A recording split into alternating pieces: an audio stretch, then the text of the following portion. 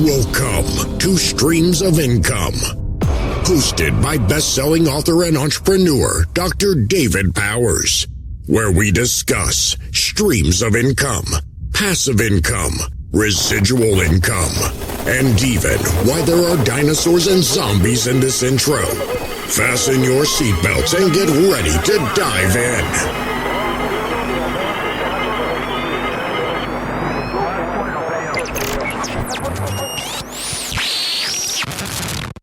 Hello, everybody. Welcome to the Streams of Income podcast. Thank you so much for tuning in. I'm glad you're here. I'm glad you are willing to give me some of your time to listen to either a business lesson or an interview with an amazing entrepreneur. So once again, thank you for listening to the Streams of Income podcast. I hope you enjoyed this episode. Hello and welcome to the Present Fathers podcast. My name is George. I'm joined with the entire crew tonight, Brandon, Dustin, and Justin. And our guest tonight is Dr. David Powers. David, welcome to the show. Yeah, thanks. How are you, man? I'm doing pretty good. Awesome. So Dave has a very interesting background. He is a father of 5 children. I'm sure we're going to get into that. But Dave, we're real excited to kind of hear your background and then talk about what the work you're doing now. And kind of a lot of your published works and everything. So we can go all over the map, fatherhood and professionalism and things like that. So let's start out with Dave. Why don't you introduce yourself to our listeners? Give a little bit of your background, military background, and then again with your counseling and things like that. And we'll just go from there. So Dave, take it away. My name is Dave. I'm a dad of 5. I've been married 22 years and long enough to know that I'm definitely not the best at it and trying to get better every day. And so 4 kids still in the house. One of them turned 18 and moved out. And we didn't kick him out, but he just moved out. And I joined the Marine Corps at 17. And basically from 17 on, I've been in jobs where people tried to shoot at me. I know you understand that. And but it keeps life exciting. And the weird thing is, though, I worked as a civilian paramedic for a while and got shot at more there than in the Marines. Guess that says a lot about where I worked. But Marine Corps, I went in the Army after that. And got out of the Army right before 9/11 happened. And so I was doing an emergency preparedness job at the time when 9/11 happened. And so they rolled us into Homeland Security, and I helped start that up in the Department of Homeland Security, which is really cool. And back before all the bureaucracy kind of drowned it, it was a really fun, fast, nimble place to work. And so I did that for a while. And now I'm mostly past all the adrenaline jobs, mostly because I still crave it, and I'll get back into it with my kids, the adrenaline stuff. But now I just help dads, and I help dads to be more rugged, and I help dads to be prepared for everyday emergencies, disasters, whatever happens. I dig it, man. Yeah, that's something that probably we need.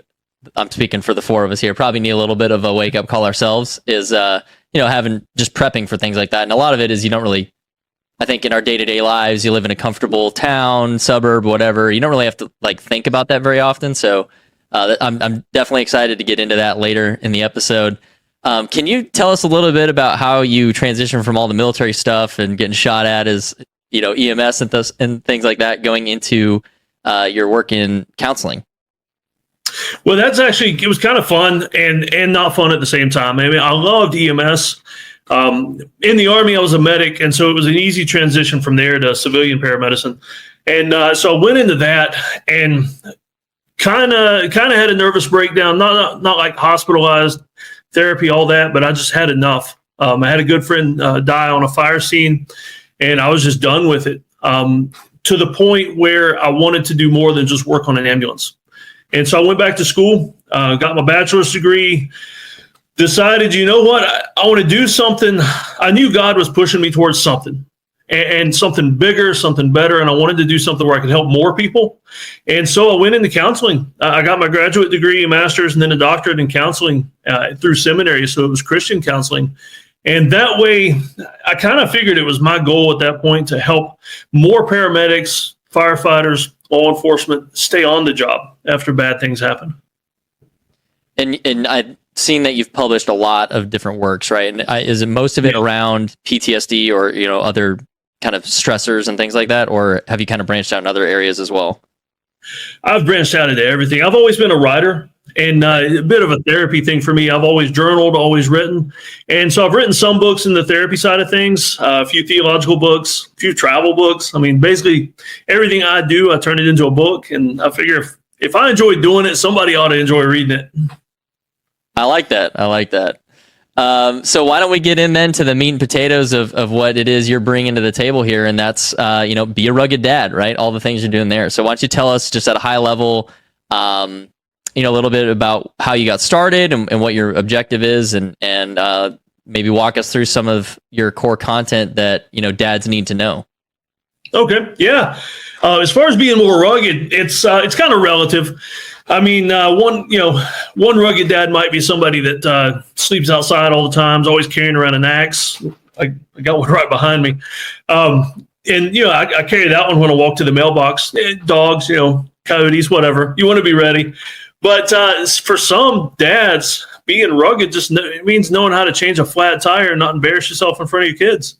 And so that's where I come from. I don't want to come at it from the point where every man kind of dad is going to look at me and say, no, that dude's too far out there. I can't work with him. I can't learn anything from him because he's like Bear Grylls.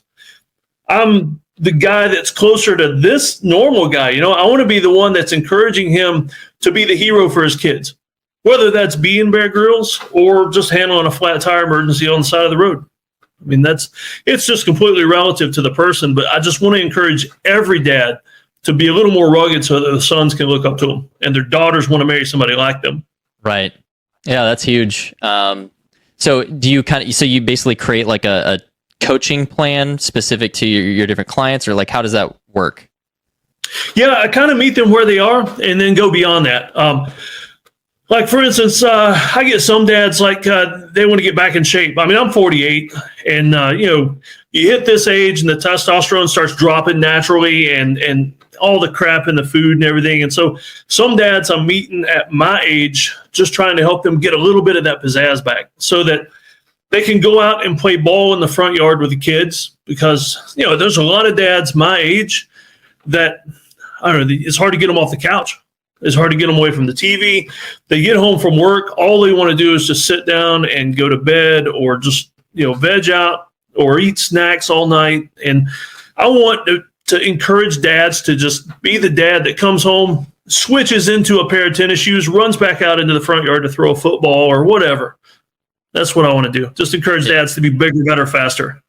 Yeah. And I mean, that's the name of our podcast, right? The Present Father. Being present is, no matter how tired you are or how worn out you are or stressed out with whatever, is kind of carving out that time with your kids and being engaged. So, yeah, that's awesome that you're taking such an active role in that. So, yeah, guys, why don't we just kind of open it up? And I guess let me start with the first question, and then we'll go around into discussion. But off the top, Dave, if you had only one piece of advice to give dads, what would that be from Dr. David Powers?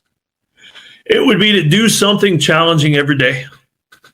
Anything. I mean, it can be small increments too. That little 1% every day, and by the end of the year, you're going to be a rugged dad. I dig it. So have you read James Clear's Atomic Habits then? Oh man, I love that book because I'm a little similar to OCD anyway, and that book, it's my love language. Yeah, that's a good one. I like that. Challenge yourself a little bit. We've been really honing in on that concept the last couple months, I think, here on the podcast. But all right, guys, what you got for Dave? Whoever wants to be up next. I'll jump in. Yeah. So, Dave, if you had a client, would you teach them specifics? Like if I didn't know how to whittle wood or start a fire or pitch a tent, would you get into those like specifics? Like here's how you do it, or is it more big concept based? Like let's learn together, and then you can learn how to do it yourself. I kind of get a little bit of both, but not on purpose. What I try to do is focus more on the small things. Like, I mean, the fact that you guys are here says a lot about you, and you're probably like, you might not even be my ideal client, because the weird thing is I get a lot of dads that would be embarrassed to go to another dad and ask for like, how do I pitch a tent or start a fire? They'd be a little embarrassed that they don't know how to do it. And so I try to, like, a lot of the information I put out there is just the basics. Like, here's how to put together a home first aid kit, or or here's something. I mean, how many of you guys in the group here have a 2-story house that you live in? All right, so yeah, the majority. I mean, I've got a 2-story house with a basement, and you'd be surprised how many dads in a multi-level house, no fire plan whatsoever. So if something happens, how are your kids going to get out? They're going to be jumping out of windows, or are they going to be, running out of the house? There's a rally point somewhere in the front yard for all the kids to go to. I mean, simple things like that is what I like to go for. I don't have a fire plan, so I need to do that. I got Thank God. We actually we practice ours every now and then, and we've got a low enough roof where the kids' windows come out on the front porch roof. And so we actually had the kids come out on the roof and jump off the roof. I mean, me and my wife were sitting there catching kids, and then they wanted to do it again, so we did it again. A lot of fun. My son would love this. This sounds like a really fun, like, hey, there's a fire, we got to practice. Like that'd be like a fun thing to do, and it's also beneficial, obviously, in case there's a fire. So this is and I was about to like specify that too. Like you can accomplish these things without being like neurotic. Like, oh my gosh, if there's a bad thing happen, you're gonna freak your whole family out. You're helping them at that point. You can do it in a way that's you're the calm protector. You're gonna just outline, hey guys, if this happens, this is what we're gonna do. I'm gonna go here, you're gonna go there, and like, yeah, Dustin, I'm sure like the young boys especially be like, yeah, I get to jump off the roof, sweet, let's do it, but not to be neurotic about those types of things, or neurotic about those types of things. Good grief. Brandon, over to you, man. Yeah, so being a rugged dad and being a Christian man, I want to know, just for you personally, how does theology play into your teachings of being a rugged man? Quite a bit. I mean, the basis of everything. I mean, being a longtime Christian and raising my family to be Christ followers, theology is the foundation of everything. And so kind of being a rugged dad, also a large service component. Like if you know how to change your own flat tire, you should also be the dad that's willing to stop and help somebody else change one on the side of the road. I mean, and not to mention, if you help somebody change a flat tire in the rain, all that kind of, what an excellent opportunity to witness to them. Because you got a good half an hour there to just say, hey, where'd you go to church? Absolutely. That's great. And you're a big proponent of homeschooling, right? So I think, at least in my little bubble of the world, I've seen a lot more people more inclined to homeschool now. I think, COVID, whatever you feel about that, is almost irrelevant, but more people are homeschooling now. A lot of people too. Yeah. Yeah. It either forced them or made them maybe think that's better for their kids. So, Dave, why don't you talk to us about how you homeschool your kids, and then maybe some advice regarding maybe people who are teetering on should I do it or not, or how do I even get started? I think that's a topic we actually haven't really covered very much, so that might be interesting. Oh, it's a topic I love. I mean, me and my wife, we decided before we had kids, we're going to homeschool them. And it was back before homeschooling was really popular, so 18 years ago. And we love it. I mean, like today's Tuesday. Every Tuesday for us is Homeschool Adventure Day. So it's a field trip, and it's getting warmer here, and we're surrounded by lakes. So pretty much every Tuesday for the next 3 months is going to be at the lake. And we'll be swimming, kayaking, jumping off the rocks, swinging out of the trees, all the fun stuff you do at the lake. And the great thing for me about homeschool is, and this is why I would mention it to a lot of parents, it's for some people, it's religious freedom. And all these play a part in mine, but mine is mostly about just general freedom to teach whatever. So you got religious freedom. It's safer. You don't have to worry about school shootings. It's definitely cheaper because for a lot of people, the alternative for most people might be private school or Christian school because they don't want their kids in a public school. Homeschooling is actually pretty inexpensive. But for the most important thing for me is the freedom to teach to the interest of our child. We've got 5 kids. Like, for instance, my little girl, she is 10, and she's wanting to be a dog trainer. And so we've got a field trip coming up. We don't have any dogs, and she's wanting to be a dog trainer. So we're going to go check out the Humane Society and probably get a dog. And I applied for a veteran service dog as well. And so, she's going to have ample opportunity to help train dogs at the house. And we've got her watching TV shows about dog training. I mean, and we can spin math, science, language arts, everything around dog training. And she'll learn the basics. And you know what? If she gets interested in something else like horses or whatever later on, she's still learning the basics. She's still learning the important foundational school stuff, but we can spin that with her interest, and she enjoys it a lot more.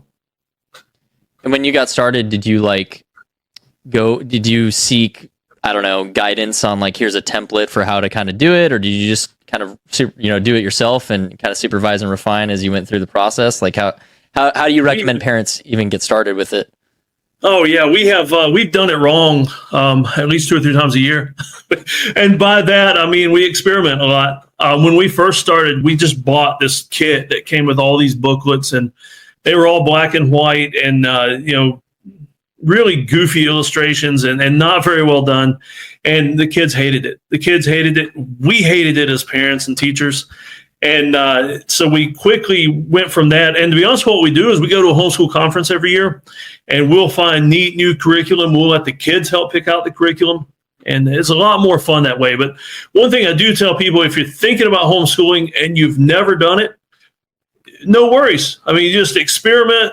You're not going to screw your kids up any more than the public school system is. And so just enjoy it. I mean, you're going to enjoy more time with your kids and have a lot more time to spend with them and learning things with them too.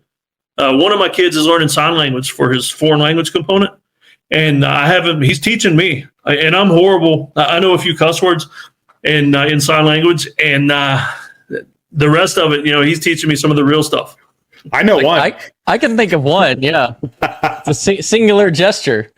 There's one that's very similar to thank you. And so sometimes the kids will say the wrong one out in public. That's funny. Dustin, I think you had a question. So, Dave, I don't know anything about homeschooling. Are there specific exams they have to pass at the end of the year? Is there a standard that, ensures that parents are actually teaching when they're homeschooled? Yeah, the easy answer to that is yes, there are standards, 50 of them, in fact. Every state, actually every state, different standard. I'm in South Carolina, and so it's one of the easiest homeschool states in the United States. Basically, we don't have to take any tests. We don't have to prove anything. I do their transcripts when they graduate, and all we have to prove is in the middle of the school year, I have to send in a document with list all the kids and how many days of education they had, which is supposed to be 180 for the year. And that's it. End of the year, I send the same document back with the number of days they were educated for the school year, and that is it. So really easy.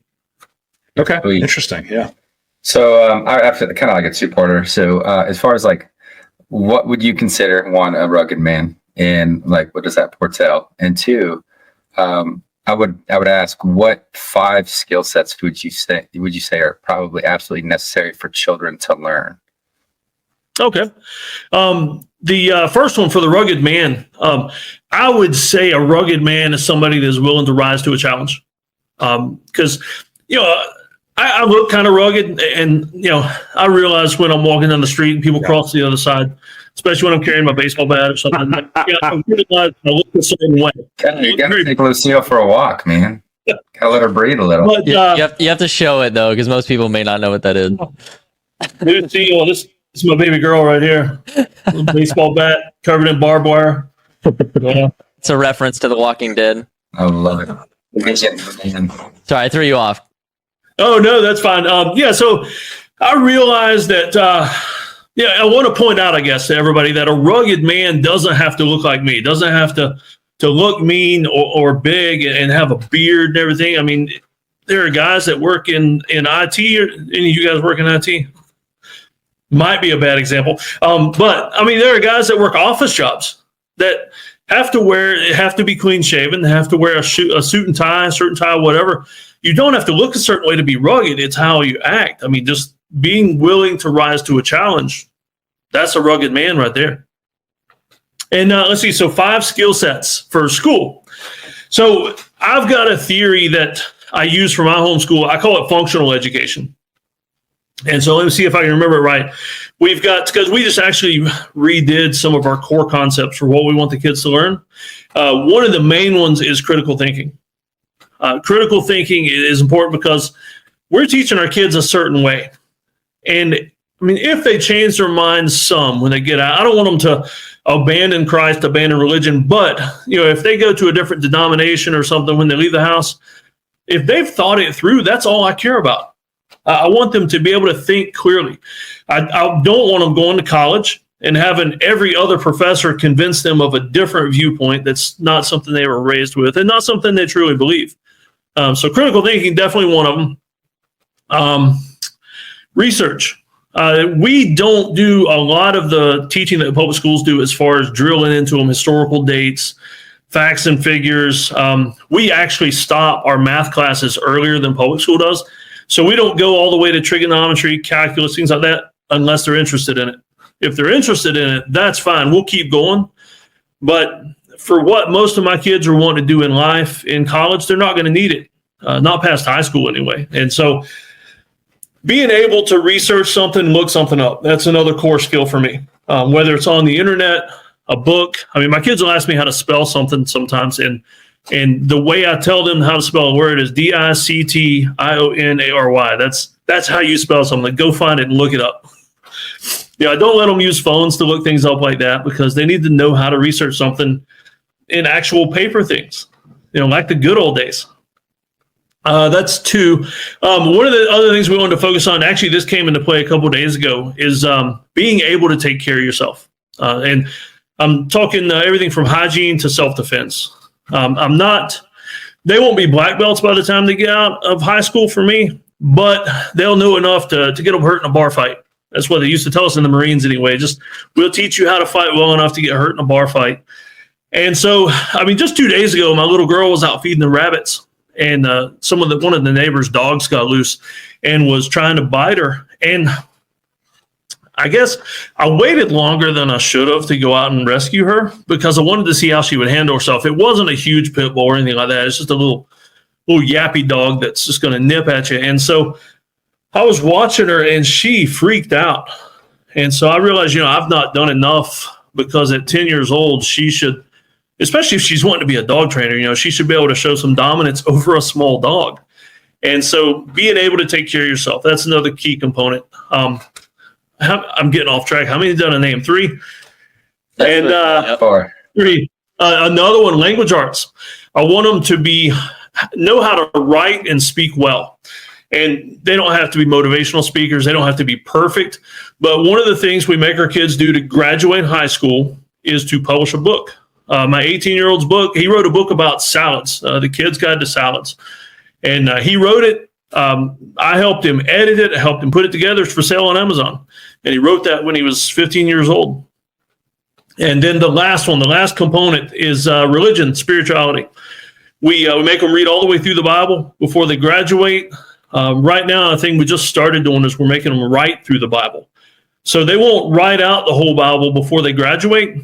But what we're doing every day for their devotional, if they do more, we're definitely more than happy for that. But for school, they have to sit and write 3 verses, and they're all starting in Genesis. They write 3 verses, and they have to draw a picture related to those verses. And so that's a daily thing, but they're going to finish that Bible, reading it all the way through before they graduate. Yeah, so I was going to say, I just like I said self-reliance, because that's kind of a catch-all, I think, for what you were talking there. And I think that works. That's something that's in, it's a huge gap even in our generation. I feel like a lot of my peers, just growing up and stuff, were a lot less self-reliant. Not that I was amazing or whatever, but my parents pushed me to be self-reliant, and I was the oldest. Maybe that played into it, but I just look at, younger men or even, teenage boys, and self-reliance just seems to be a lost art nowadays. And that's really concerning. So it's good to hear that that's a core, recommendation from you. Justin, I think you had something too, so go ahead and chime in. Yeah, so you made an interesting point. You said, and this was actually before the podcast earlier, you said you like to let your kids learn dangerously. And I asked you the question, and I was curious what your answer would be, just because it tells me a lot about how you think and, what you provide for your kids. But honestly, if you stop and think about like a rugged man, I think you hit the nail on the head when you said there's no specific look or anything like that. I know, Hollywood wants us to think it's this chiseled jawline, this big beard, or whatever, maybe Vikings, who cares? Long story short, I think it's more than that. I think it's like you said, it's rising to a challenge, but I think it's meeting failure, learning failure, and becoming best friends with it. I think I think the most rugged men in the world, if you look at them, and I'm not going to name examples because I guarantee you the guys on this podcast will know 5 of the 10 I choose. David Goggins. He's one of them, that's for sure. But you gotta remember, like the men that you want by your side in battle, the ones that you want on your side in life, or in a number of different aspects, I think is the ones who have beaten their demons or beaten their struggles, or who have faced a real hard life or hardships and learned from them, because those are the men who knew how to stop, think, adapt, and move forward with a solid plan, or trying to, maneuver in a way that allows them to change, their reality of their situation. So I thought that was a great answer. Rise to the challenge. I think that's something that not enough people have in their lives right now, is challenges. We really don't. We live in the most easiest societal time that has ever existed. People are absolutely spoiled. They're absolutely rotten. And we're miserable for it. Yeah. And it's something I absolutely want to keep my child from. But I think George said something earlier in the week that really struck home with my thought process. The pendulum's swinging.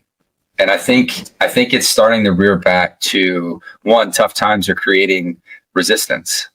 Guys like us, women are speaking out against things like feminism and other things that are toxic to, masculinity and to our culture and to other things. And it's so crazy that, like, people are starting to get a voice. People are starting to wake up. And so I would say, for me personally, if I teach my son one thing, it's to stand up for what's right, one, but two, make sure that you have a voice. Stand up for what you believe in, because I don't feel like men today do that enough. I think, we've all gone so soft, and we're all guilty of something in that aspect. But yeah, no, I appreciate what you said, man. So I just want to bring that point up. Yeah. And just, I'm sorry. Since I brought up from The Walking Dead and David Goggins, I did a video one time. I compared the amount of cuss words in Goggins' book and Negan in the comic book, and they're about equal. Absolutely. You know what? So it's Negan. Negan, as much as people hate him, you need dangerous men like him during dangerous times. They organize the chaos. They're the ones who take that leadership role and wear it no matter what it costs them. And unfortunately for Negan, it cost him his morality, and he went down a dark path. But at the end of the day, he learned and like I said, adapted. And if you look at Negan's story, I mean, I'm not going to say any spoilers if you haven't seen The Walking Dead, but he has a very crazy character arc. I'll put it that way, and we'll just leave it there. But he was my favorite because he's kind of a narcissist, but like, he's very confident in who he is because he's been through a lot, and he knows how to overcome things or use violence or be dangerous in ways that he needs to be. So yeah, no, that's pretty cool. And I'll say this, David Goggins, he's a tough son of a bee, man. He really is. He's a real life, like, Superman. The guy's he's insane, man. He just doesn't stop. Stay hard. That's right. Stay hard. So rugged. Yeah. But I think it comes under the responsibility of honing in the power that you have. I mean, look at Christ. I mean, he could have struck down anybody, and he could have done anything. Instead, he gave grace and he gave love. But yet he was authoritative, and he's like the perfect masculine man. So there's great examples of ruggedness, not only in the Bible, like Daniel and David and all these other guys, but in Samson and all that. But, in real world, our world now, there's plenty of guys. And I think being dangerous, but having that responsibility, that control, that lotus of control there, that's such an important part of being a properly rugged man. Oh, yeah. Yeah, it's funny. I mean, we all think of Jesus as this loving, kind of cuddly guy, but he was also a warrior, and so that is important to remember that side of him. So, David, a couple things you mentioned about your teaching that I really like. One is that whenever I hear kids talk about school, it's all about the test. I have to get ready for the test. I have to I have to bubble my my answers in and get everything right and all that. And it sounds like that's not really a component of the teaching you're doing for your children. And it sounds like what they're learning is a lot more beneficial. They're learning by doing versus learning, how to pass a test. So I really agree with that. That seems to be key. Absolutely. I mean, my kids are gonna have to take tests at some point. I mean, my 15-year-old, he plays football for the public school. South Carolina has a law where homeschool kids can play public school sports, and to get scholarships, I mean, he's gonna have to take the SAT. But the thing is, we're training them to think, and so we can learn a few tactics, and he can think his way through an SAT. He doesn't have to learn to the test. So it makes life a lot more fun that way. Yeah, exactly. And so speaking of fun, I mean, it sounds like that's amazing. You're not forcing your kids to learn trigonometry because, I mean, I work with math every day in anesthesia, but I don't really use calculus. So I can honestly say that it was purely a hoop I had to jump through. I haven't used calculus since I was 18 years old. And so it was It's boring. interesting. I mean, I enjoyed it. It was kind of cool, but it's not something I ever use. And so, Never if your daughter, yeah, exactly. So if your daughter, wants to be a dog trainer and she never learns calculus, I think that's more time. That's 6 months she can spend learning more about honing her craft instead of wasting it jumping through some hoop. And so that's the beauty of what you're able to do is you can tailor it to your kids instead of this Prussian militaristic system where we are in third grade now, we are in fourth grade now. It's this weird system where we have to pass the test and move on to the next. Yeah. So I've got a question for you, Dave. We had a guest before talk about how rites of passage, both with boys and with girls, are very important, especially your role as the father and with the mother too, not just dads. But how, do you weave that into your curriculum? I don't know if that's the right word, but how do you go about doing that? Because I'd love to hear your perspective on that as well. Rites of passage. We've got, me and my wife have sat down and we have a formal list of things the kids have to do before they turn 13. And for the boys right now, because I've put 2 boys through a rite of passage already, they've got a list of books they have to read. And like Wild at Heart by John Eldredge, books like that. And some other really good books about manhood, but also Christian manhood. And so they have to read that. And at 13, we do a formal rite of passage. And that's mainly because the way I see it is at 13, if they don't have their head screwed on right, they're capable of making children. And I want to have them, physiologically, if they're capable of making children, they need to start making some adult choices in other places too. And so we actually do a formal rite of passage. I bring together all the men that are in my life, all the men that have spoken into my son's life, and we do a big kind of a party. And all the men bring some kind of a gift. And they present the gift and they present a challenge to my son. We do a PT test basically. They do a 1.5 mile run, push-ups, sit-ups, all that stuff. We had one of the rite of passages where we actually did some sparring and just man stuff, pure man stuff. No women present, no boys present that aren't already 13 or older. And so it's a lot of fun. And like I say, my 2 older boys, they've gotten gifts. Like my dad was a Vietnam vet. And so he actually took one of the flares that he was in artillery. So he had one of those big flare parachutes and he wrote the challenge to my 15-year-old, who's 15 now, but he wrote the challenge on that silk parachute and presented that to him. And another guy gave him a statue of a knight with a little, plaque about chivalry and things like that. A lot of fun, but we are big on rites of passage. I really like how you involved the other men in their lives too, not just you. Yeah, one of our other guests is really big on rites of passage as well, and we talked about that. I think that's something that I know I didn't have. I had a single mom, and it was like I learned how to drive a car. I drank my first beer. I kissed my first girl. That kind of, but those aren't really rites of passage, right? That's what I thought they were. But that's what the world tells us. Yeah, that's all I was told. Exactly. So I'm a little jealous of your son. I'm not going to lie. I mean, this sounds like an amazing opportunity to learn. And something else the world tells us is they tell us that, when you've had sex, you're a man. And I don't want my boys thinking that. I want my boys thinking that that's something that happens when you get married. That's not something that makes you a man. That's nothing more than a physiological thing that you shouldn't even be thinking about. Yeah, it's a gift from God that strengthens marriage. It is part of the marriage design that God intended between a man and a woman, and it's so flippantly perverted. And of course, that's what Satan does. Anything he gets a hold of, he perverts it. And our world has just gotten extremely bad at that over the past few decades. So I do have one question. So the other side of the coin for a lot of men is they grew up without dads, or they were a troubled youth or something like that. So what is your process as a counselor to help these men become rugged and better fathers? Like if say they're new fathers and they've had that troubled past, do you go into healing process first, or like what's the process there so that maybe dads can do it for themselves a little? Yeah. Well, it came up earlier about making mistakes and failures, and failure being your friend. That came up earlier. And for dads like that, that's one of the biggest things is admitting failure, admitting defeat, and then coming back from that.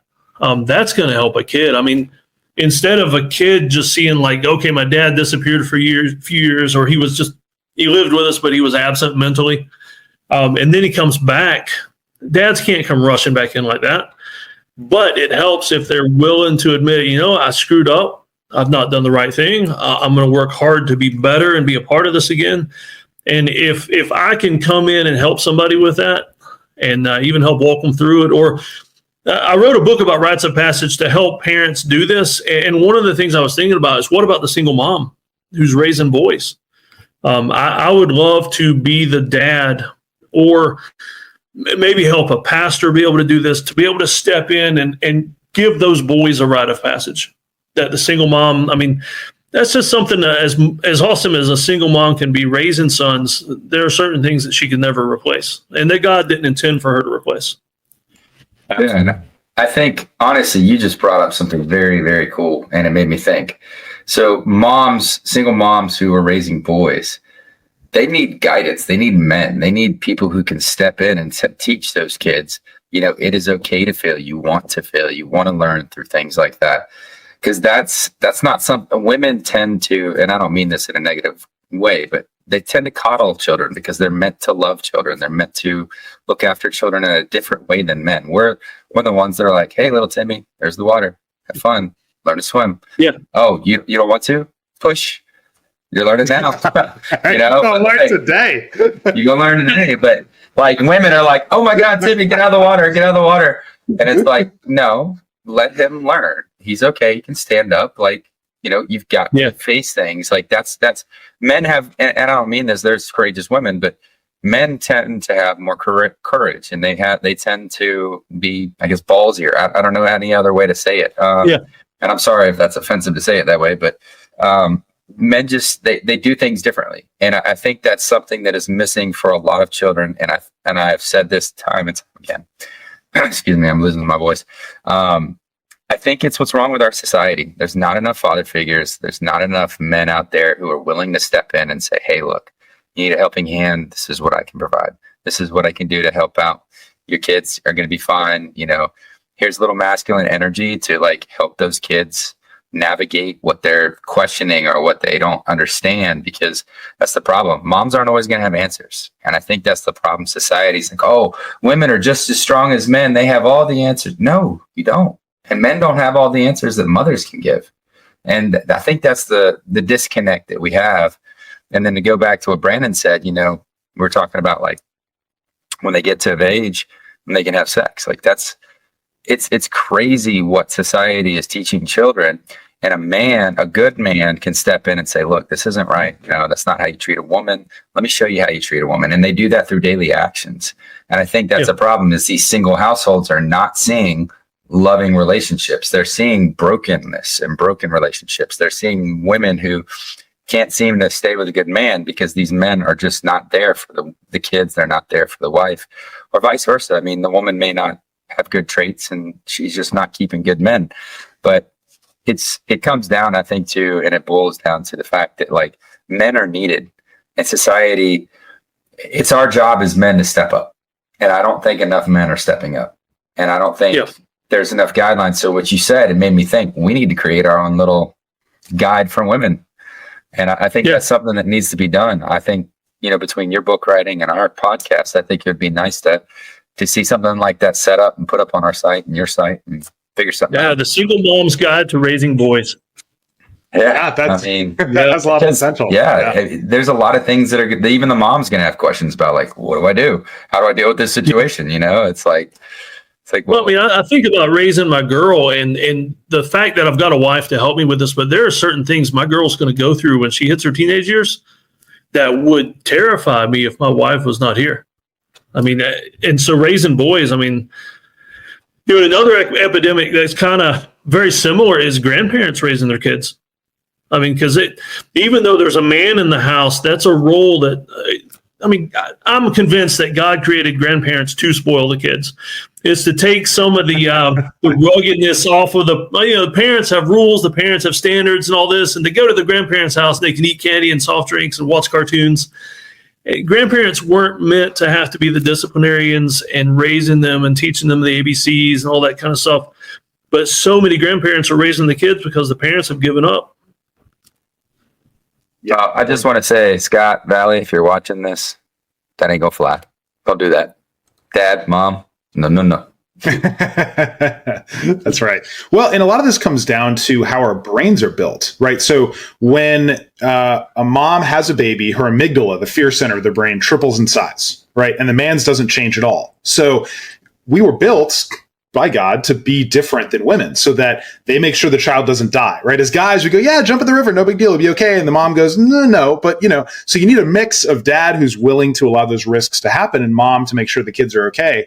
And that's kind of the ideal way, for kids to grow up. So I don't think this is the fault of women at all. I think a lot of this is men who have abdicated our responsibilities, as dads. I think in some ways, authority, out of fear of being too masculine, right? And saying, oh, well, society told me that I can't allow my child to go jump into that lake because they might get hurt, so I'm not going to let them do it, right? But when our natural instinct is, let him go try, he's got to learn, but we fight that instinct because we've been told you have to, conform to certain standards. Yeah, I mean, I think the reason people or men have not done a good job in that regard is if you're going to take the authority to say, no, honey, kiddo needs to learn the hard way and skin his knee or whatever, then you also have to be responsible for the outcome. So, a lot of people want to have the authority and not be responsible for the outcome. So if you're going to say, no, wife, little Timmy needs to go do this the hard way and learn the hard way, that's what's going to be best for him, then you also have to take the responsibility and be involved in when he falls and breaks whatever, right? But you got to be rugged enough to clean that knee out and know how to. Right, and then also, also in your relationship to your wife, own that responsibility as well of the outcome that just happened too. So that you don't get to just dictate like a tyrant. You are responsible for everything your family does or fails to do to bring the military kind of leadership principles into it. But I mean, that's really where we're at. Is we live in a culture and society where responsibility is gone. It's like all personal accountability has just vanished. Someone else made me do it, or it's someone else's fault. It's the government's fault. It's like, no, you control your life. You can own the outcomes. And I think that's a huge part of why, men have kind of faded away over the last couple decades, at least from my point of view. So Dave, we've talked a lot. I'm sure you're itching to jump in here. Oh, I'm enjoying this. It's nice to fellowship with other men. And men that, we're all parents here. We all have a seat at the table, so to speak. And it's nice to just fellowship with guys on equal ground, but from different lifestyles, different family sizes, backgrounds, different jobs. I mean, as men, we need that. We need to get away from the kids and our wives sometimes just to be men and to be crass, even if it's going to be public and recorded on a podcast, but just to be guys. No, Yeah. that's actually a reoccurring message we're hearing on the podcast. Like a lot of our recent guests have been saying the same thing. It's nice to be around other men who are like-minded or have the same, thought processes and stuff like that. So it's cool to hear you say that again. We're all just a bunch of toxic bros just hanging out. Bro Sidon over here. I can just imagine certain types of individuals seeing this and then having that famous reaction of like the person when Trump got elected, like, no,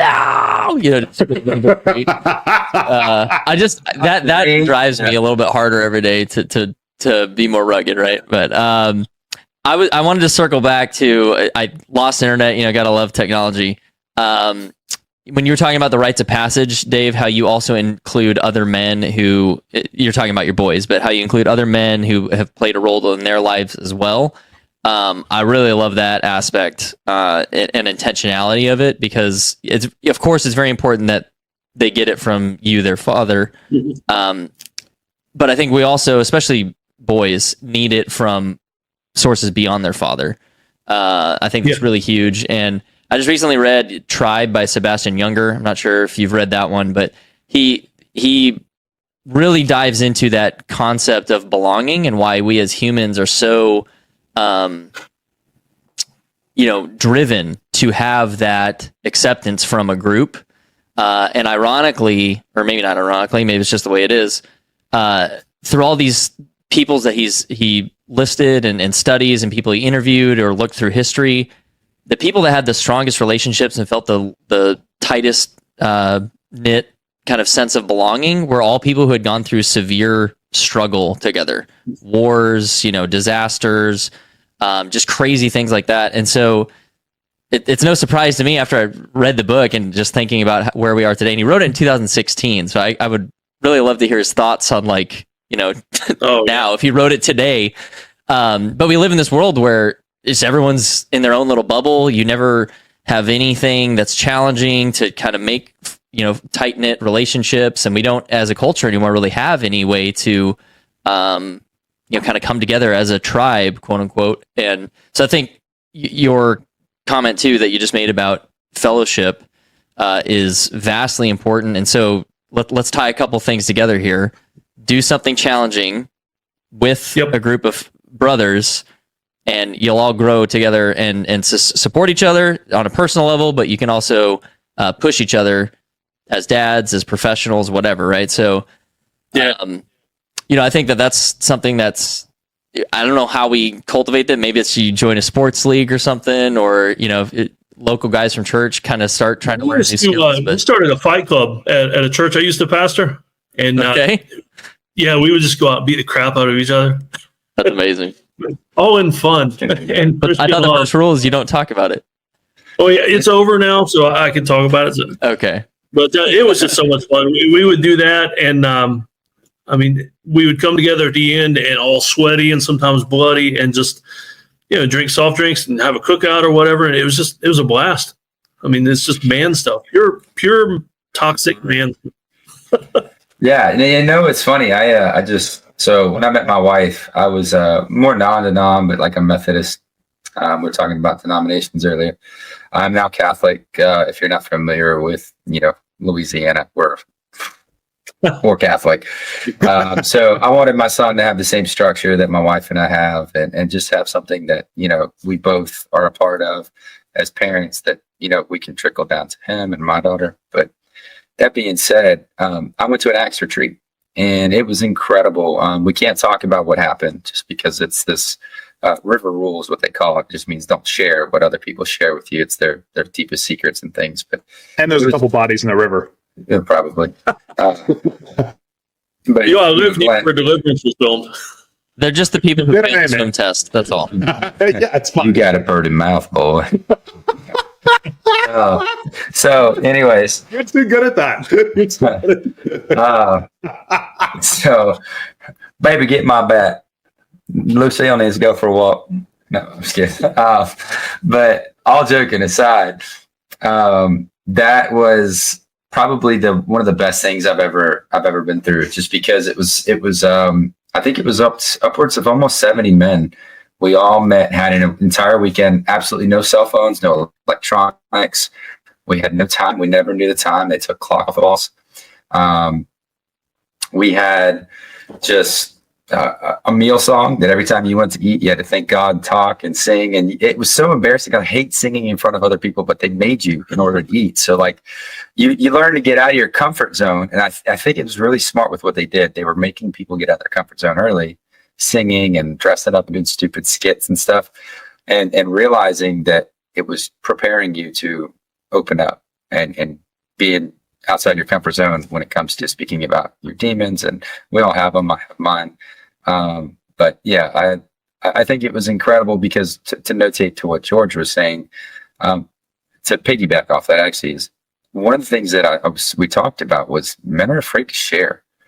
They're afraid to ask for help. And I think it's because society has said you have to be this strong, rugged person, but their view of rugged's wrong. They want you to, swallow your pride, swallow everything, and not be able to talk about it. And it's like, I think a real rugged man, like I said, has been through hell and learned from it and become a good person from it. They're kind. They're slow to anger. They're the ones who, think about every situation before they respond and say something. So I think asking for help was one of the biggest things that I learned from that whole retreat. And the point of that story was, I think men do need each other. I think we need a place where in confidence we can say, hey, I'm really struggling with this. And someone that goes there without judgment and just says, yeah, man, I've been through something similar. Or hearing other people's stories, you'll be like, you go up there, you're like, I'm a recovered alcoholic. I've been through this, and this. And then this other guy's like, I have cancer and I probably have a year to live. My kid's 7, my other kid's 5. It's like, you think you have problems. You never know until you hear what someone else is going through. So it's just nice to kind of bond with other men. It's like George said, when you go through war or hell or hard situations, you really, truly do bond with people. And I've made some amazing friends through just that one weekend. So yeah, just something I would share is if you get an opportunity, go on a retreat, man. Go on a retreat with a bunch of dudes you don't know and just enjoy it. And sing. And sing the male song, for sure. Dave, have you ever, in your counseling, have you ever done any of that kind of group work, or have you always been kind of one-on-one focused? I love small groups. Be honest with you, most of the small groups end up being husband and wife stuff, like couples kind of thing. But it's weird, I guess, because of my military background. I was the guy that other guys would call in the middle of the night. I don't know, wife leaves him, or he's drunk and can't go home. I mean, I had a lot of guys that knew me from church or things I got into that they would call me in the middle of the night so they could ask for help, so they could talk, because they knew I had enough of a counseling background. I wasn't going to judge them. I wasn't going to make fun of them. And they could vent. I was fine with them venting and cussing with me and everything, and just being able to let that out, the things they can't say in public and should. I mean, just things that get trapped in here, but they need to let that stuff out. And so it was an interesting role I was able to serve at that point in my life when I was doing more counseling. Okay. Yeah, I was just curious because of our mutual connection that kind of helped us get introduced. She does a lot of that group stuff. I went to that place called Onsite. And yeah, it's a really interesting experience if you've never done it. Like Justin was saying, you very quickly realize, I'll keep my problems. I'm okay with my problems, which is good perspective. I think perspective is a very powerful thing. And it helps you kind of realize, I can get through this or whatever. But I was just curious on how much you've been involved with that, given your background. And one thing I always like to do men's groups like that, where it's just men, is when you first meet, like a retreat kind of setting, you first meet. I like to have all the men get the small problems out of the way. All the things that we're going to sit and whine and complain about that don't really mean anything. Like, my knees hurt when I get up in the morning, or, my back's stiff. You get that crap out of the way, because we want to talk about the real problems. I've got cancer, I'm going to die soon, or my wife's about to leave me, or we're going bankrupt. Because till you get that small stuff out of the way, they use that as an excuse to talk about the small things and not talk about the big things. 100%. And the kind of go back to that, like, there was a guy that came in, and I can't say this, but there was a guy that came into, that situation and was talking about all his problems. And there was another gentleman who wasn't even a part of the retreat. He was there to help. I knew that this gentleman had lost his kid to cancer. And I'm like, dude, you guys think you guys have problems. That's my worst nightmare, is burying my kid.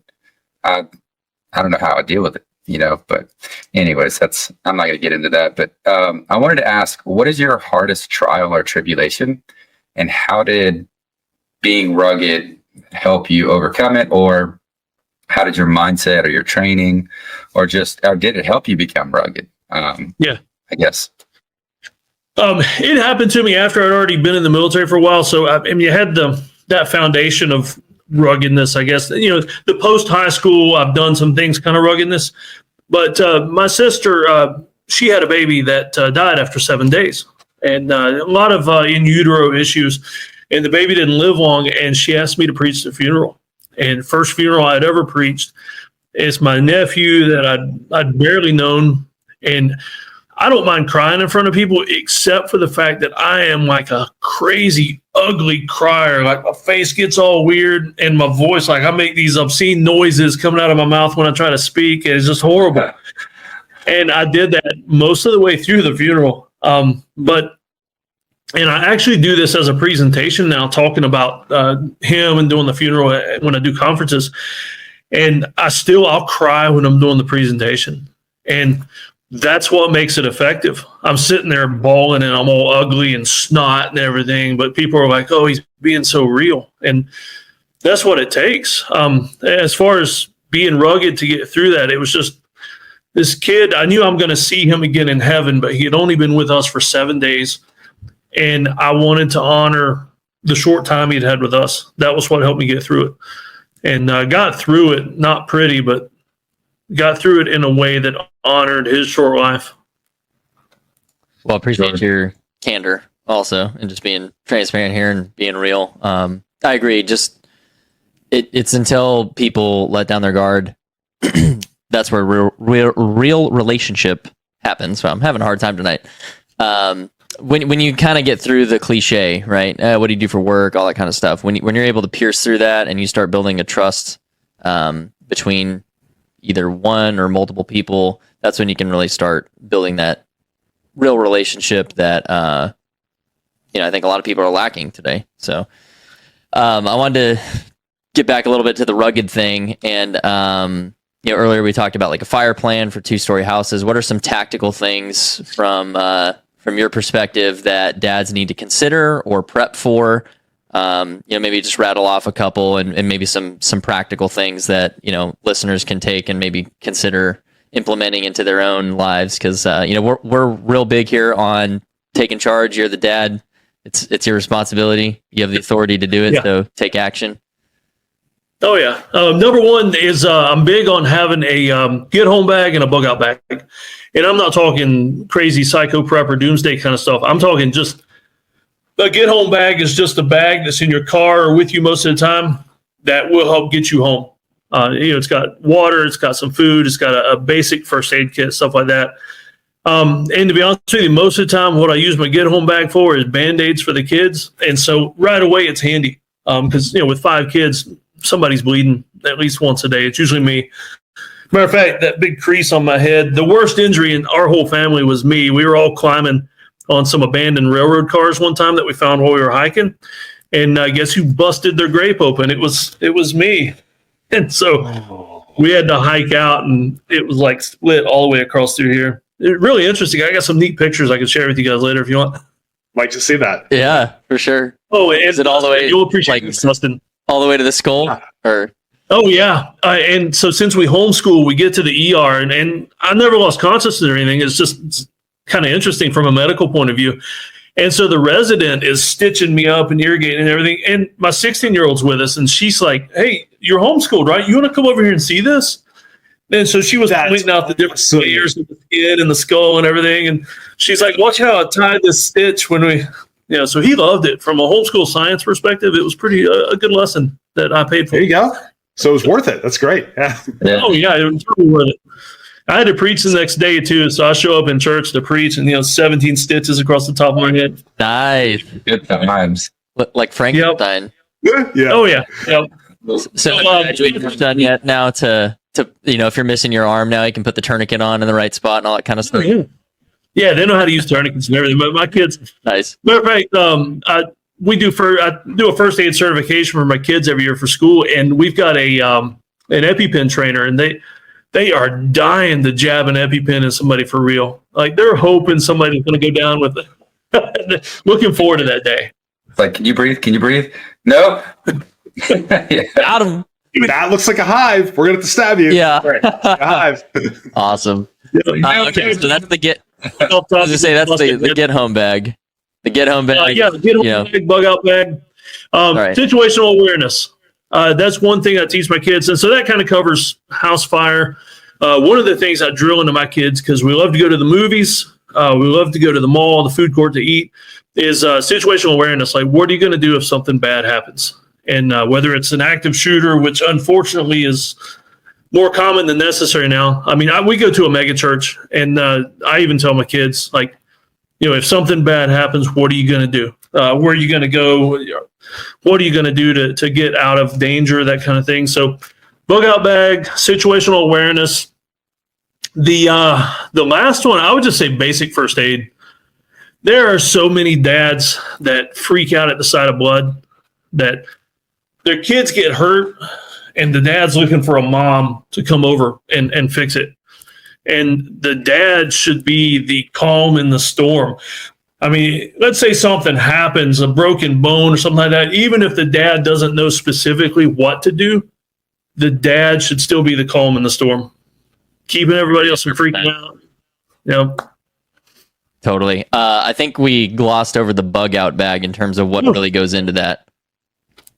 Oh man, that's one of the get home was like the water and basics to, if your car gets stuck or whatever, you can take care of yourself for a while. What's the bug out bag? All right, so I teach a course on that. It's a really fun course because it's like gear intensive, and I love pulling out all my goodies. And so you got the get home bag, which is it's in the car. It gets you home. To the bug out bag is if you got a bug out. And most people think, oh, it's got to be zombies or the grid goes down or whatever. No, I mean, if there's a wildfire and you need to leave your house in 30 minutes, or something a little more real for this year, if a train derails a few miles away from your house and it's spewing toxic chemicals and you got to leave in 30 minutes, what are you taking with you? And so we've got bug out bags with, basically it's a 72-hour bag. I mean, like George, like what you would have carried for a deployment to get you through until supply caught up with you.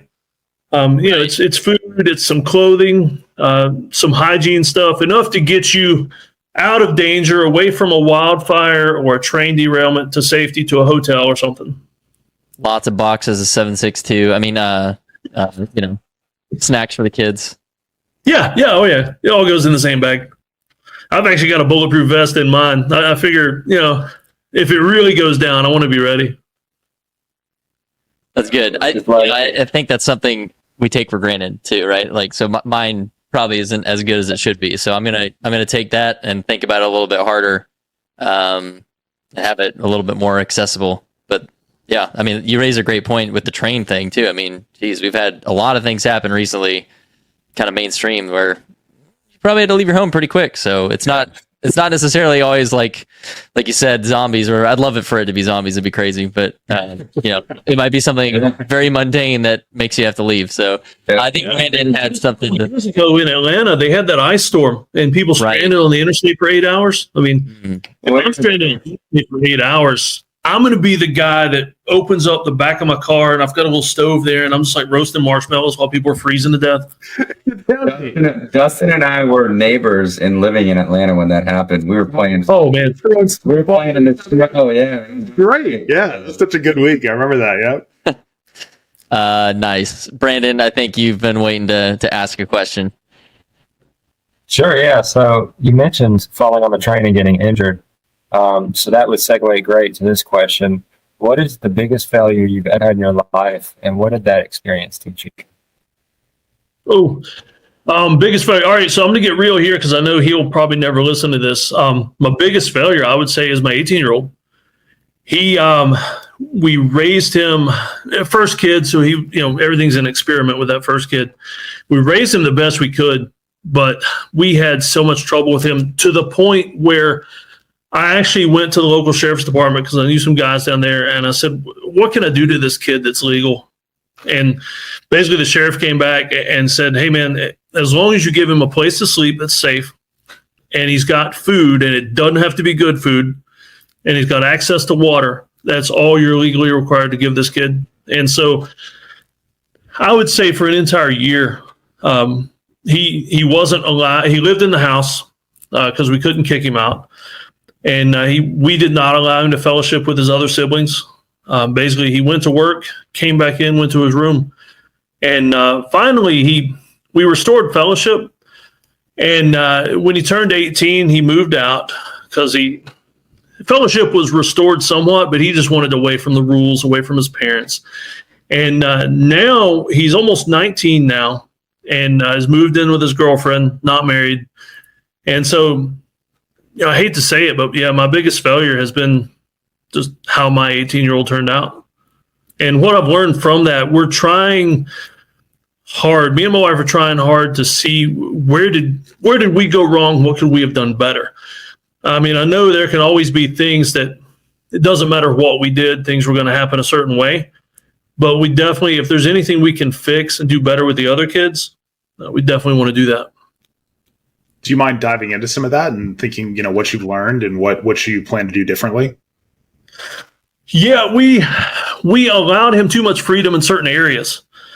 We've dialed down a lot of electronic usage in the house, especially in the bedrooms. And we looked into some of the research about that as far as electronics in the bedrooms before bed, that kind of thing. We allowed him too much freedom dating when he was younger. Thankfully, my 15-year-old now, he is dating a girl whose parents have more standards, more rules than we do. And so it's weird not being the bad guy for your teenager's relationship, but we love the fact that we're the easy ones in this situation, at least. And so it helps when the two parents can come together. We let my son date too much without us checking on, the family life where she was, what the parents are letting him do when he's over there, and supposedly he's in the living room being supervised, that kind of thing. We got kind of lax, to be honest with you, and we're trying to fix that with the rest of them. I mean, our next child down that's still in the house is 15, and then from there it's 12, 10, and 6. And so we don't want any more of them that are fleeing the house because they just want to get away from us, or that we have to, basically kick out of the house while they're living here. Thanks for sharing that. Yeah, that's valuable. Yeah. My question is on the same topic. I think there's a lot of dads out there that have a very similar situation with either an estranged child or one where the relationship's damaged. What's your advice or message of hope for those dads out there in that situation? Or maybe it's a situation like where divorce is involved and seeing kids, things like that. If you've got anything for them out there in terms of, what do you need to do to kind of try and reestablish it as best as you can? Yeah. The biggest thing for me, I forget the exact reference, but the verse in Proverbs about raise a child in the way he should go, and when he's old, he'll not depart from it. Everybody thinks that means you raise your kids up right and they're never going to depart from it. But a lot of friends have pointed out to me that more often than not, kids come back to where they're supposed to be when they have a little life experience and realize, what, mom and dad were right. But our mutual friend, George, I actually reached out to the group that I'm in with her for advice because they're all parents. And what I'm doing now with the way he's living is we've cut off some fellowship with him because I don't want to support the situation he's in. And so we won't let the kids visit him at the place where he lives. We'll only visit him so much, I don't know. It's weird. But what I'm trying to do, though, is not just thump on my Bible and preach to him every time. And we're trying to let him know more than anything that we love him. We realize things are strained right now, and we want everything to be back. We want him to come to the right side of things and realize where he screwed up. And we're going to be here when he does, and we're going to love him no matter what. And there are some ways I try to, what I've been doing is I've been writing him letters instead of talking to him, because I know if I call him, and he lives 5 hours away at the beach. And if I drove down there in the middle of the night to have a good talk with him, he would tune me out. If I call him up, he's going to hang up on me, especially if I start preaching. And so I write him letters because my dad did that when I was younger. When I went in the military, he would write me these long letters, and I still have them.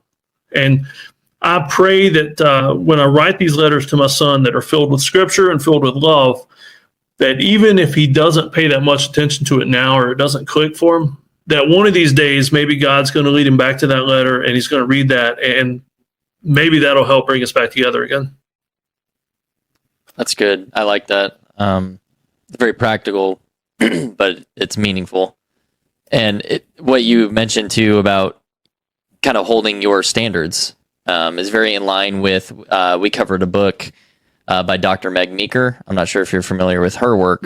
But that's a huge theme of hers is, hey, you're the dad. You've got to hold those lines. And it's probably going to hurt potentially for decades, right? In estranged relationships. But, you've got to, because if you don't, no one else will. So the book that really goes into detail for both, if you have a son or a daughter, it's called Hero, that she wrote. That one was really eye-opening for me. So I'm thankfully not at any point like that right now that you've described, but I feel at least a little bit more equipped that if I am at a point where, my daughter's rebelling or something like that, you can't just completely fold and give in to all their demands, because then you're essentially telling them that this behavior is okay. And, then they're going to do that in every relationship moving forward. Yeah. It starts a cycle.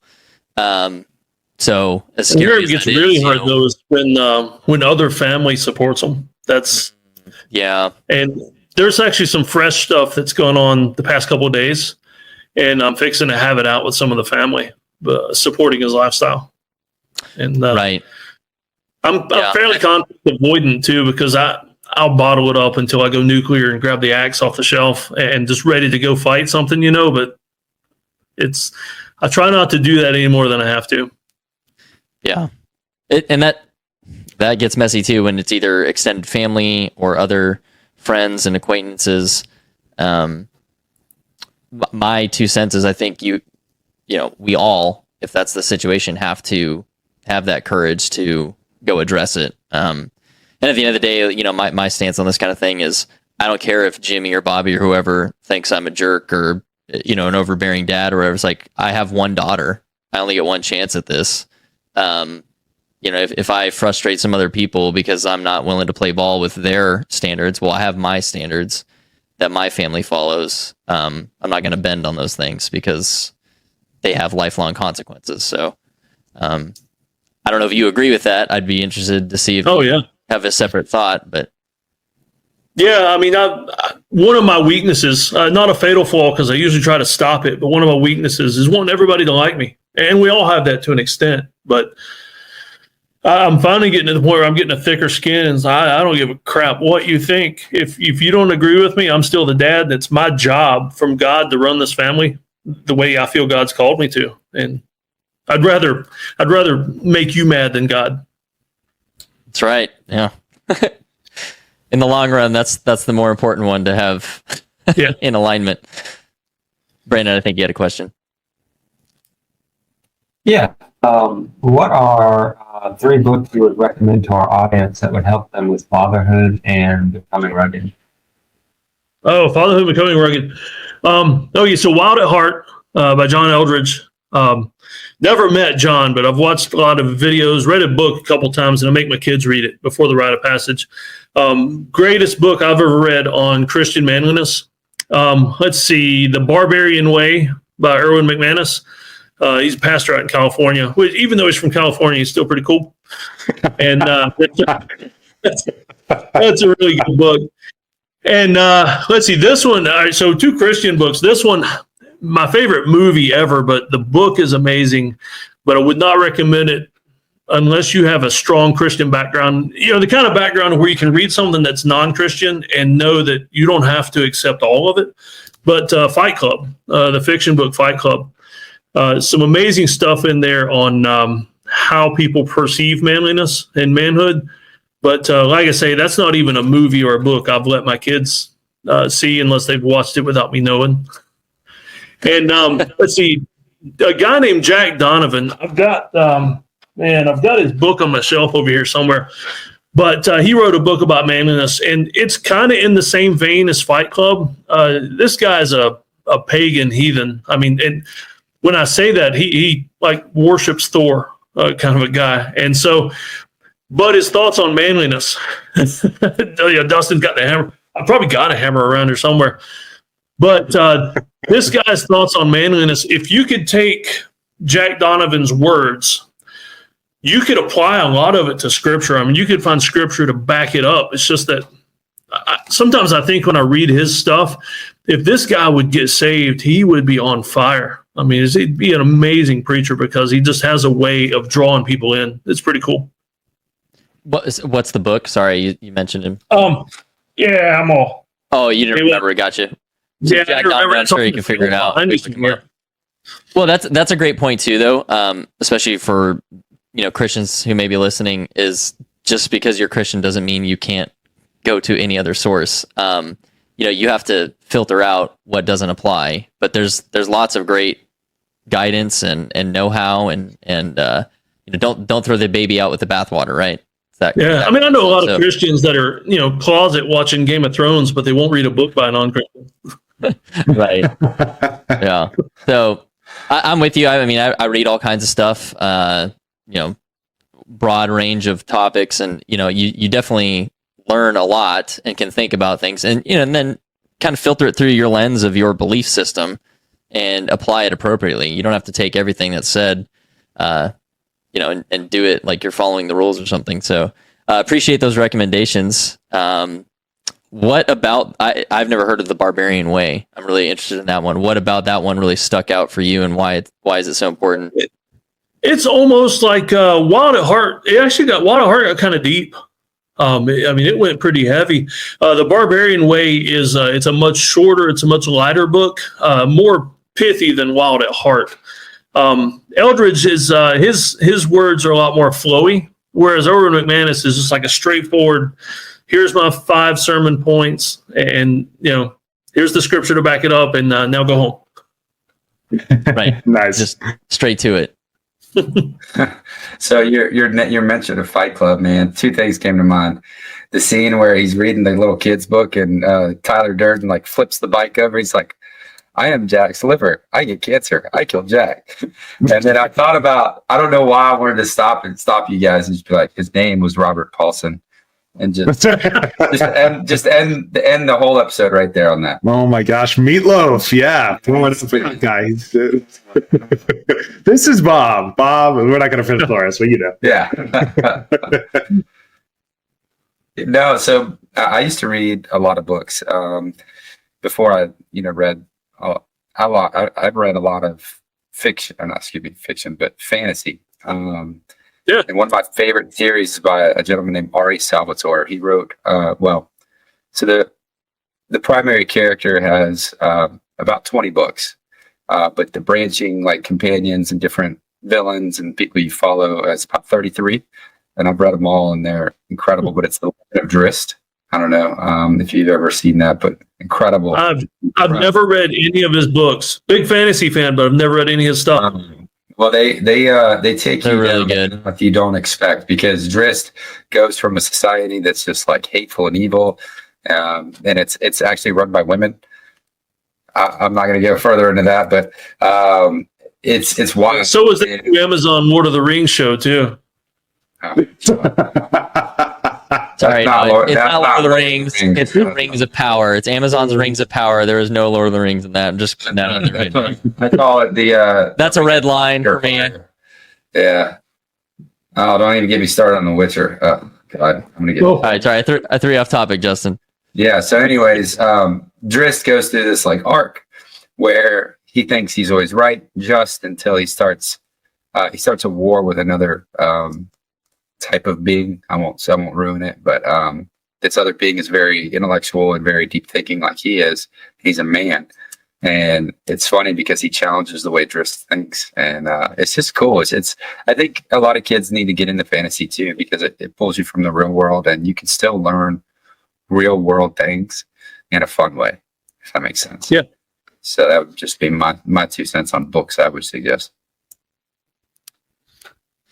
All right, Dave, any closing thoughts or things that you wanted to leave us with that we didn't cover? Oh man, how to close this out? We've talked about so much. I'm gonna go. Let's see. Always rise up to challenges, and by that I mean find something small you can do every day that makes you wonder if you should do it. Like go out and find that owner's manual and figure out where the jack is in your car, so that you know how to change a flat tire. Or, next time somebody's bleeding, even if you don't know what to do, just jump in there and start helping. Just something challenging every day. I like it. All right, guys. Any final thoughts or questions for Dave? Yeah, I found this very inspiring. There's so many holes in my knowledge as a dad that I need to get plugged ASAP. I don't have a bug out bag. I don't have a get out bag. I don't have a fire plan. I have so much fun. And my son is at this age where he's going to love all of this. I'm going to go, guess what? Zombies are coming. We got to get out of here. He's going to go, zombies. Or it's going to be like such a great day. So thank you. It's going to be so much fun. I can't wait. I love I want to see pictures of him jumping off the roof. Yeah, exactly. I'll get a bed set up. It'll jump. You can wait till this 4th of July when I come visit, and our wives can be in the background freaking out. You can be. I'm just gonna hate it. As I say, when I come visit, we'll do a little bit of a man workshop. Dustin, we'll rough you up a little bit, get you out of the OR and into the big outdoors. Love it. Let's go. Actually, that is something I wanted to recommend just for the listeners too. It was a bunch of my lieutenant buddies when I was still a lieutenant.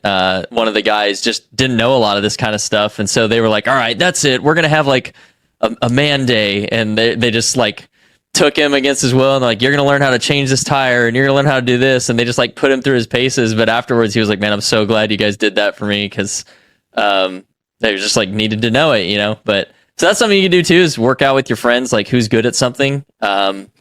Make a little workshop plan for each other. Hey, you know, I'll lead this one. It'll be like physical fitness. And then, you know, Dustin, you lead this one and it'll be, you know, whatever, pick a subject, but you can kind of make each of your friends kind of a captain of a topic and have them set up a class for each other. That's a good way to kind of build a relationship, because guys like to have something to do to hang out, not just hang out, but yeah. So before we closed, I wanted to show or talk about where people can find you, Dave. Oh, yeah. Which is the best landing platform? Your website, or is it elsewhere? Yeah, I tell you what, instead of my lead magnet page, I'm going to send you to checkforapulse.com. That'll take you to my main website where you can find the courses and books and everything. Yeah, checkforapulse.com. Okay. All right. And from there, it's got links to like all your socials and all that kind of stuff. And and the bug out bag course. Perfect. Yeah, and It's going to be great. Yeah, thank you. I'm excited. Dustin's way excited for this. I love it. When you work with guys, is it remote like this, or does it need to be someone that lives near you for? No, it's to be honest with you, I love to travel, and since we homeschool, I'll bring a kid or two with me. I love just going to meet people, and I find that it's better to train people where they live, and that way it makes a lot more sense for them. Okay. Yeah. Well, so if you've listened to this and you think Dave could help you out a little bit, look him up and maybe consider hiring him as your man coach. All right, Dave, it's been a pleasure. I really appreciate all of your insight, and it's been a great one. So thanks for listening, everyone. We'll see you in the next one. Take care. Hey guys, Dr. Dave here in Rugged Dad headquarters, where all the magic happens. Just a quick thing at the end of the video here. I want you to go to my website when you get a chance and check out The Rugged Journey. It's a new membership platform I've just launched, and it's pretty awesome because we're creating a community of non-wacko, family-friendly prepper types, people who want to keep their families safe. As like I said, not the wackos. And so just check it out at theruggedjourney.com and let me know what you think. If you join up, I am looking forward to seeing you in the group and sending you all kinds of cool prepper stuff. All right, y'all take care. Oh, I know. I promised that was the end. But one last thing, and maybe this can benefit you as well. If you have any suggestions for someone you'd like to see on the podcast, feel free to send me their information or just their name. And if I like the idea, I'll try to look them up myself. But any suggestions, no matter how crazy, no matter how, well, especially if it's cool, well, crazy also, just send me your suggestions. And also, if you want to be on the podcast, get in touch with me. My email, all my contact info is in the show notes. Also, if you don't want to look at the show notes, or you're in your car, maybe you shouldn't look at the show notes while you're driving, it's redteamgoals.com. You can get all my links and everything else there. So let me know your suggestions and tell me more about yourself if you'd like to be on the podcast as well. Thanks again for listening.